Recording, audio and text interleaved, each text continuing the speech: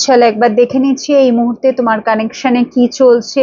এই মুহূর্তে right now তোমার কানেকশনে কি চলছে। লেটস সি তোমার কানেকশনে কি চলছে।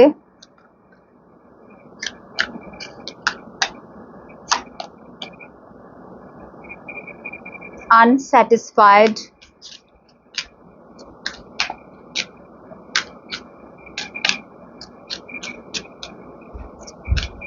যা কিছু হচ্ছে তোমার সাথে রিলেশনশিপের জায়গায়, ইউ আর নট হ্যাপি।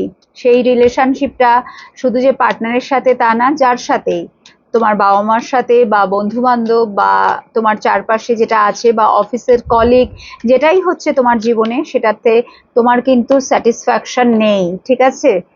আর যে কোনো, এটা শুধুমাত্র পার্টনারের সাথে কানেকশন না, আবারও বলছি, যে কোনো কানেকশনে। আর পার্টনারের সাথে যদি সেই বিষয় নিয়ে তুমি যদি দেখছো যে এই মুহূর্তে কি চলছে তোমার কানেকশনে, তো সেখানে unsatisfied. And why you are not satisfied? Because ডিসঅনেস্টির কার্ড চলে এলো তারপরেই, ঠিক আছে। তো তোমার পার্টনার কিন্তু অনবরত তোমাকে মিথ্যে কথা বলে এসছে এতদিন পর্যন্ত, ঠিক আছে। বা যে কোনো কানেকশনেই যে মিথ্যেটা ঢাকা ছিল তোমার সামনে, মানে সামনে আসছিল না, আজ সেটা চলে এসছে, ঠিক আছে। সো একটা ডিসঅনেস্টি, তুমি যাকে নিজের ভাবছিলে, যাকে বা যাদেরকে নিজের ভাবছিলে, এখন তুমি বুঝতে পেরে গেছো যে না, পুরোটাই ফলস, ঠিক আছে। পুরোটাই ফলস, সবটাই অভিনয় ছিল এদের প্রত্যেকের বা তোমার পার্টনারের।